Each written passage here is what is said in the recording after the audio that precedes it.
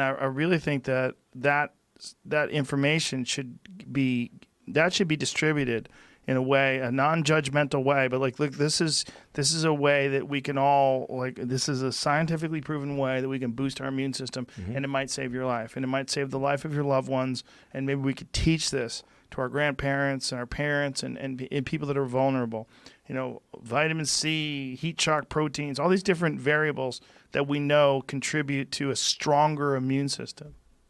And so actually being overweight is a big deal. Yeah. It's a fact.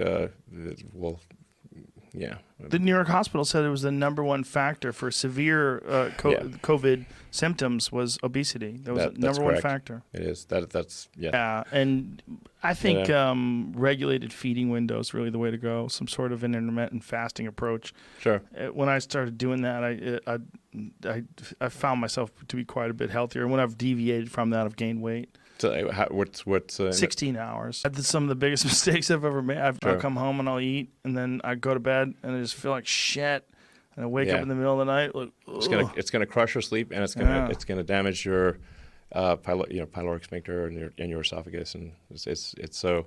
In fact, drinking and then going to sleep that's one of the worst things you can do. Yes. So just try to avoid drinking and eating. Boo. I mean, some of the people who have lived the longest, there was a woman in France who I think maybe has the record or close to it, and I mean, she had a glass of wine every day.